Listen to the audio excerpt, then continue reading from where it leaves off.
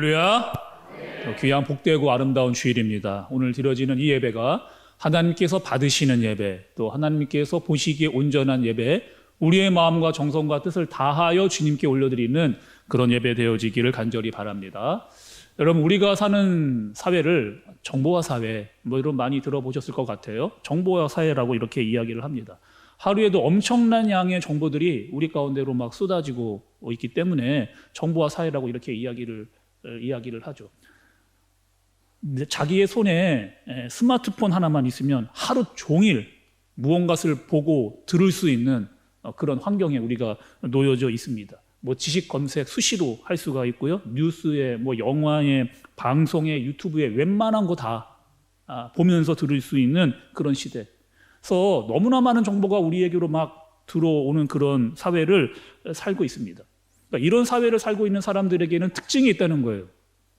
어떤 특징이 있을까요? 이런 정보화 사회를 사는 사람들에게는 특징이 있는데 어떤 특징이 있느냐? 첫 번째는 이런 특징이 있답니다. 정보가 너무 많이 들어오는 거예요, 내 안에. 그래서 이 정보를 흘려 듣게 되어지는, 대충 듣게 되어지는 그런 특징이 있답니다. 마찬가지죠, 여러분. 우리에게 정보가 막 들어오는데 그것을 다 일일이 그 정보에 집중하기가 굉장히 어려운 거예요.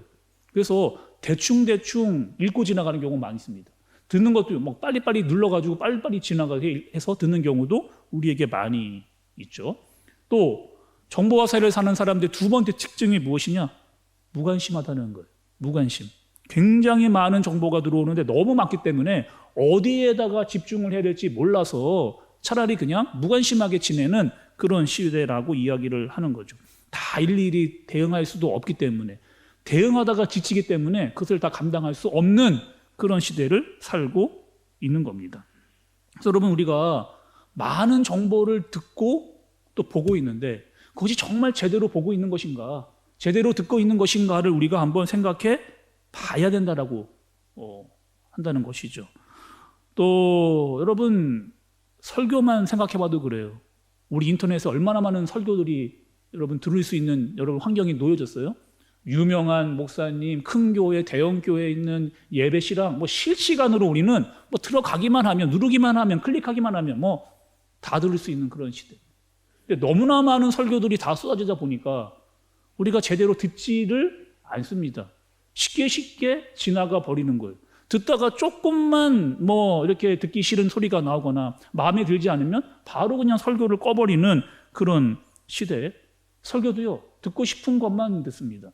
복 주고 잘 되고 내가 잘 들리는 설교만 드리려고 하는 그런 시대를 살아가고 있는 그 모습 또한 우리가 이 정보화 시대를 살아가는 이 영향을 우리가 받고 있는 거죠. 여러분, 우리가 하는 신앙생활은 어떤 거예요? 우리가 신앙생활을 하고 있는데, 하나님을 정말 믿는다라고 우리가 이야기를 하고 있는데, 우리가 하고 있는 이 신앙생활은 그냥 듣는 것으로 끝나는 게 신앙생활이 여러분 아닙니다. 교회에서 꼭 이렇게 어떠한 문제를 일으키거나 소란스럽게 하시는 분들을 이렇게 만나보게 되면요, 그분들의 특징이 있어요. 그분들은요, 자기 이야기만 합니다. 다른 사람에게 이야기를 듣거나 그 말씀에 대해서 어떻게 반응하기보다, 교회에 와서도 말씀을 들어야 되는데 말씀을 듣지는 않고 자기 이야기만 하려고 교회에 오는 경우가 많아요. 그리고 그 이야기를 들어주지 않으면 서운해하거나 또 서운한 티를 또 내가 이래저래서 이랬다고 한 얘기들을 사방사방 흘리며 대면서 교회에 여러 가지 문제를 이렇게 내는 경우가 있다는 거죠. 여러분, 그래서 우리가 살아가는 시대에도, 교회도 마찬가지입니다. 교회 안에도 여러분, 소통이 굉장히 중요해요. 내 얘기만 막 하면은 안 됩니다. 그러니까 상대방이 무엇이라고 나에게 이야기하는지를 먼저 들을 수 있어야 되는 거예요. 먼저 여러분, 우리가 이곳에 모인 이유는 우리가 하나님의 말씀을 듣기 위해서입니다. 여러분, 하나님은 어떠한 분이세요? 하나님은요, 우리가 감히 그분 앞에 설 수 없는 분입니다. 이 만물을 창조하시고 다스리시고 지금도 주관하시는 분이에요. 그리고 처음부터 끝까지 영원하신 그 하나님입니다. 그러니까 우리가 하나님께 뭔가를 막 이야기하기보다는요, 사실 먼저 우리는 하나님의 말씀을 들어야 됩니다. 하나님의 말씀을 잘 들어야 돼요. 근데 우리는 이 말씀을 듣는 것보다 뭐가 더 익숙하냐? 말을 하는 것에 훨씬 더 익숙한 거죠. 예를 들어서 여러분 기도가 어떤 거예요? 우리가 기도를 딱 시작하면 여러분 어떡하세요? 처음부터 내 얘기만 합니다. 하나님 이거 다 해주셔야 됩니다. 내가 필요하고요. 지금 상황은 이런데 이렇게 다 해주시기를 바랍니다. 예수님의 이름으로 기도합니다. 아멘.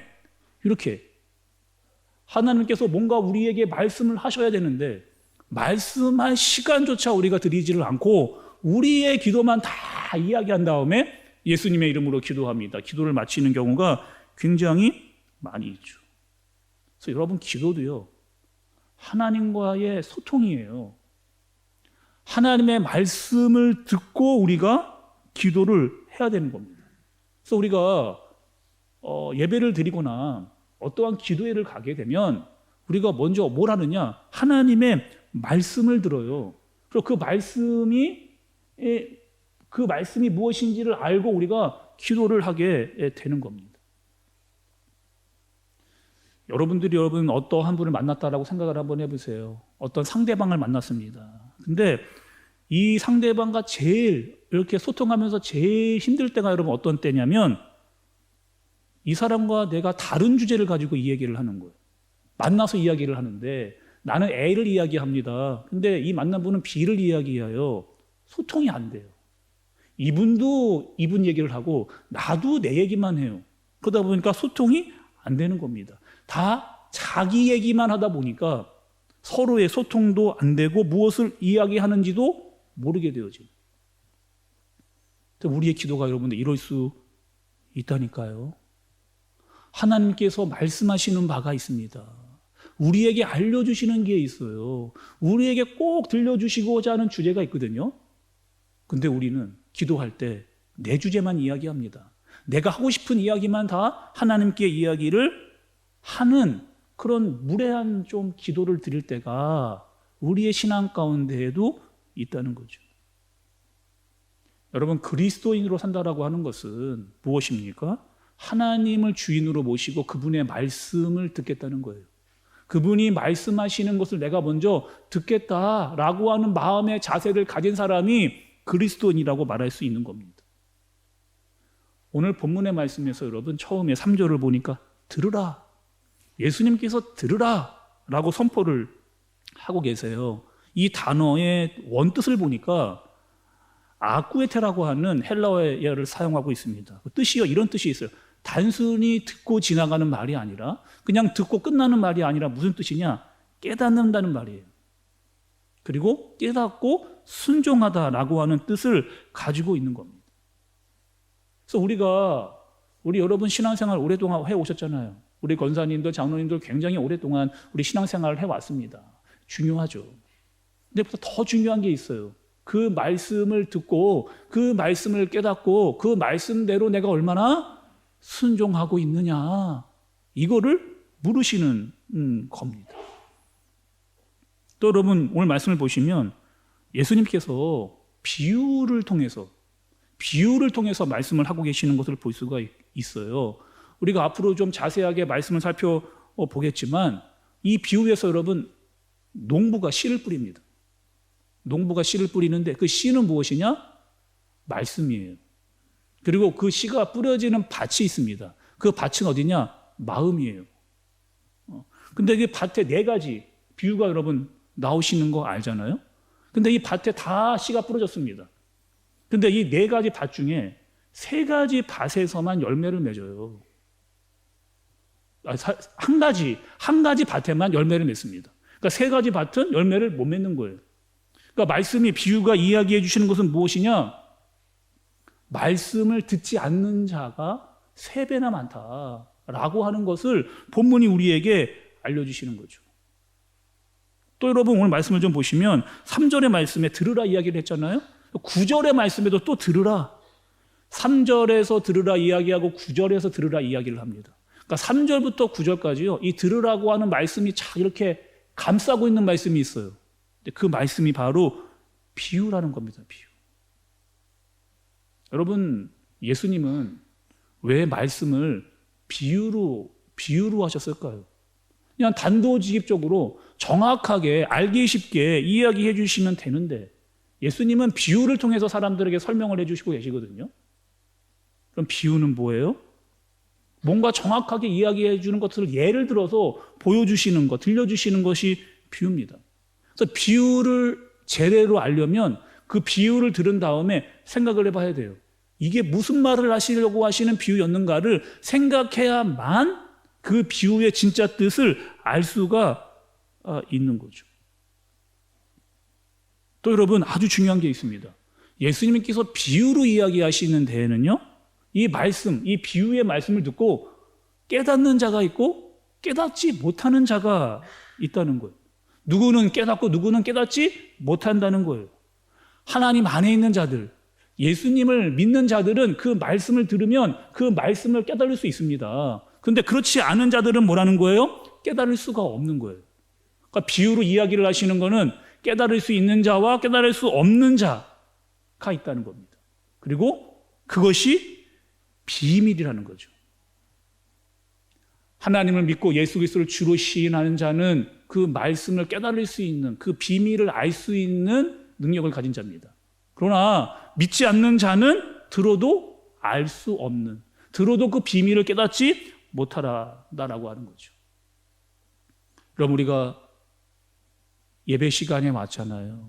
말씀을 듣고 있습니다. 그리고 이 말씀을 듣고 말씀을 들으면 들을수록 깨달음이 있는 것, 하나님께서 이것을 말씀하시는구나 라고 하는 이 비밀을 알아가는 것, 이것이 너무나 중요한 거죠. 제가 여러분 목사가 되기 전에도 말씀을 읽었습니다. 근데 목사가 되고 나서요, 말씀을 더 깊게 보게 됐어요.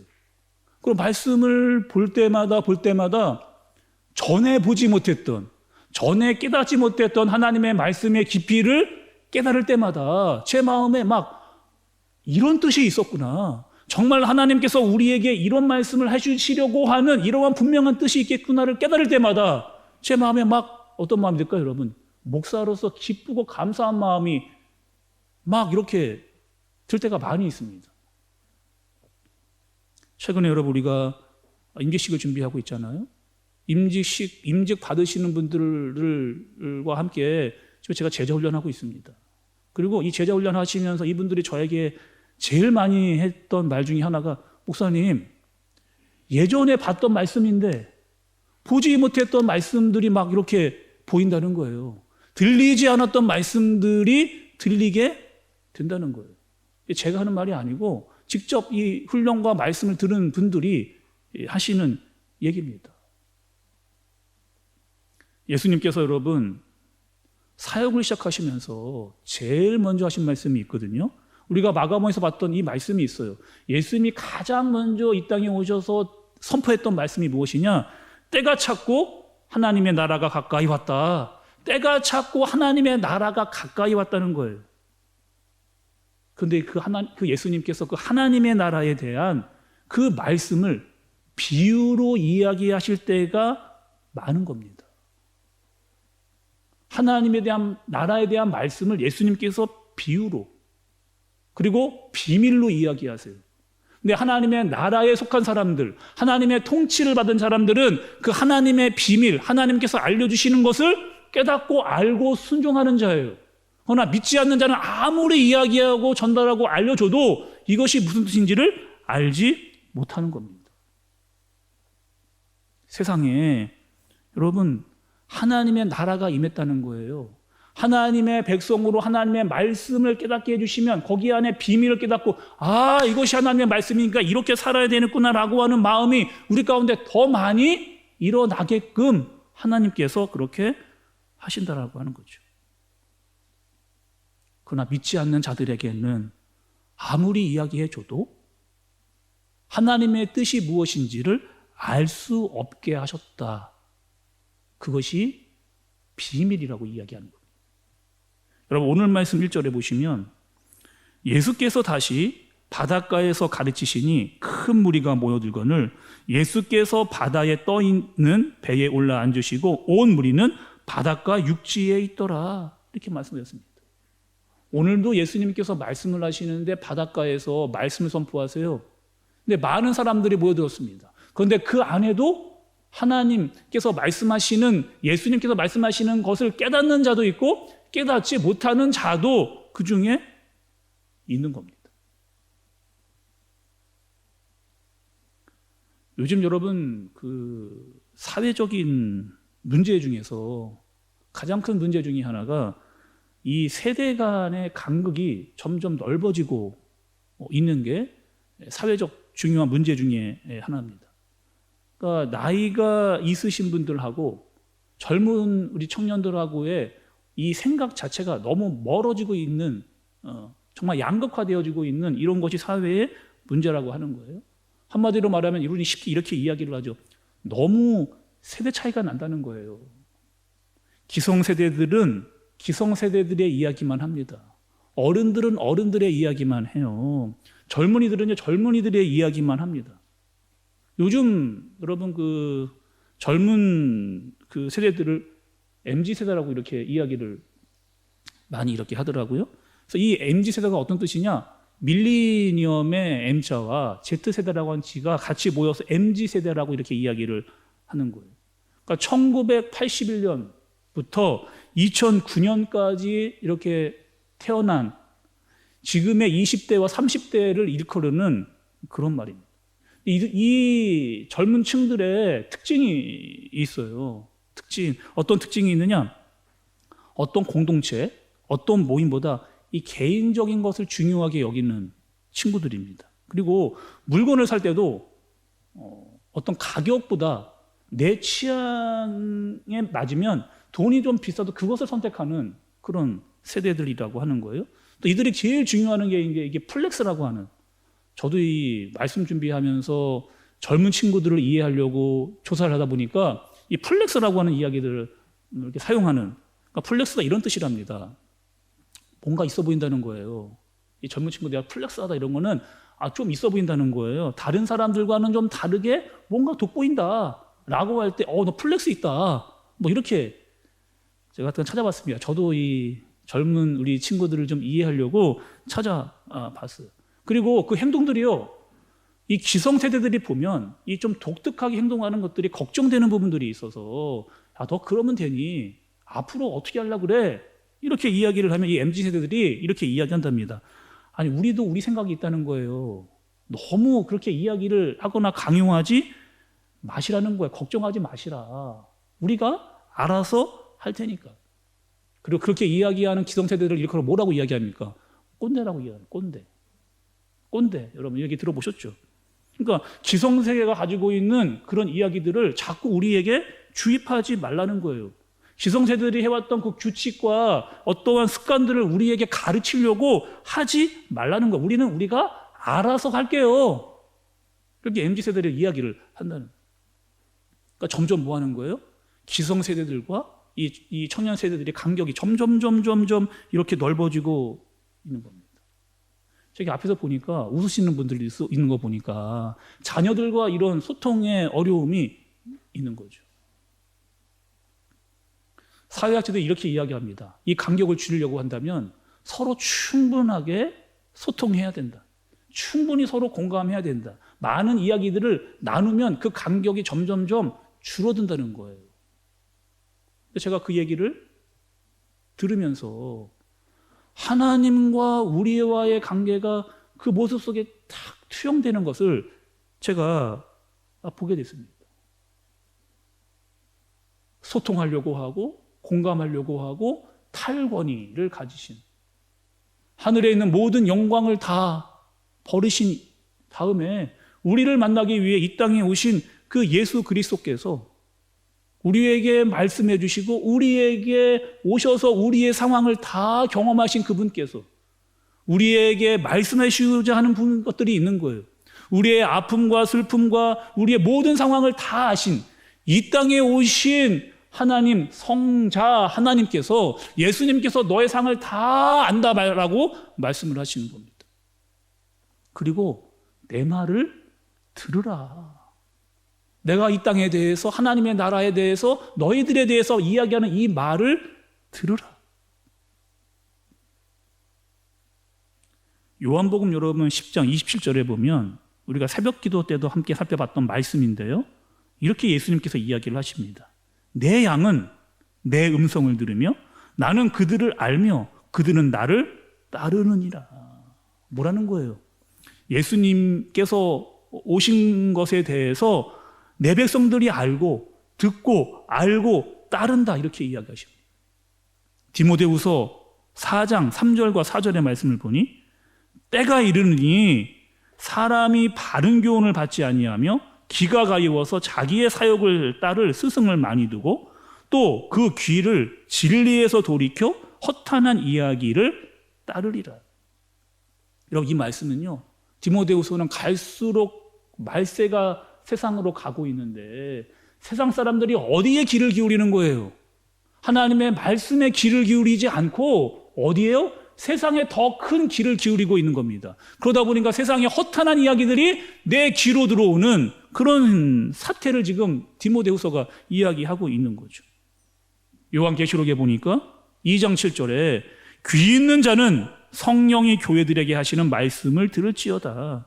이기는 그들에게 내가 하나님의 낙원이 있는 생명나무의 열매를 주어 먹게 하리라.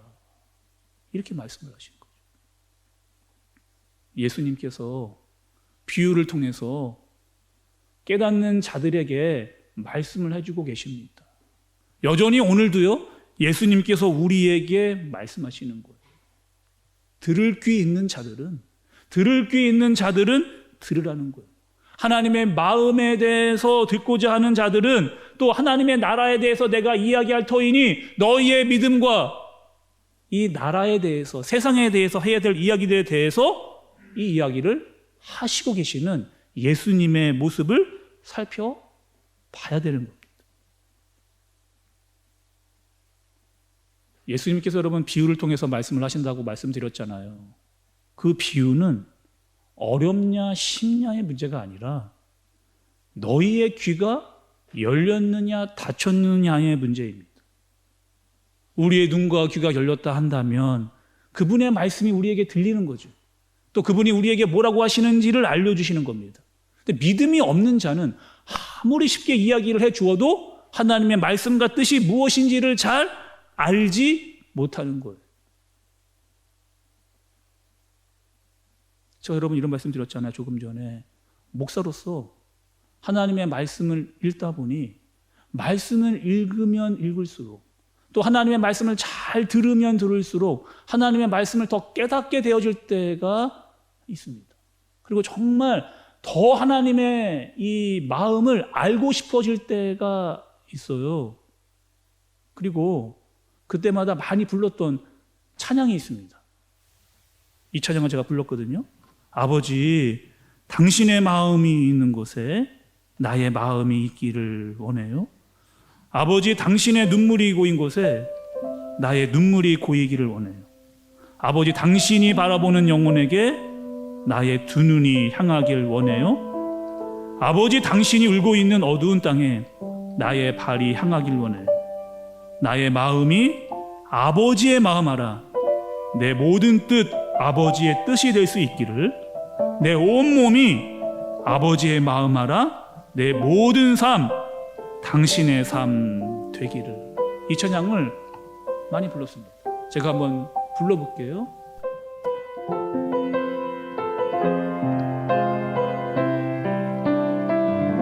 아버지, 당신의 마음이 있는 곳에 나의 마음이 있기를 원해요. 아버지, 당신의 눈물이 고인 곳에 나의 눈물이 고이길 원해요. 아버지, 당신이 바라보는 영혼에게 나의 두 눈이 향하길 원해요. 아버지, 당신이 울고 있는 어두운 땅에 나의 두 발이 향하길 원해요. 나의 마음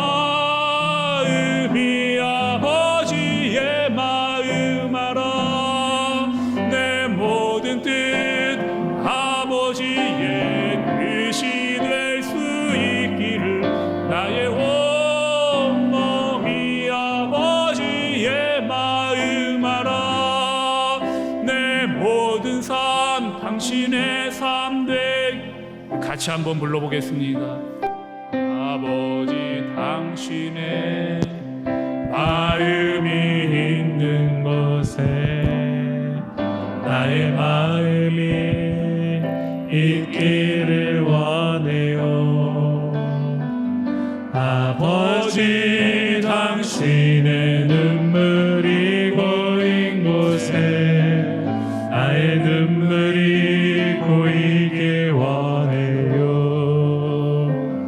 아버지 당신이 바라보는 영혼에게 나의 두 눈이 향하길 원해요. 아버지 당신이 울고 있는 어두운 땅에 나의 두 발이 나가길 원해요. 나의 마음이 아버지의 마음 알아. 내 모든 뜻 아버지의 뜻이 될 수 있기를 나의 온 몸이 아버지의 마음 알아. 내 모든 삶 당신의 삶 되기를. 나의 마음이 아버지의 마음 알아.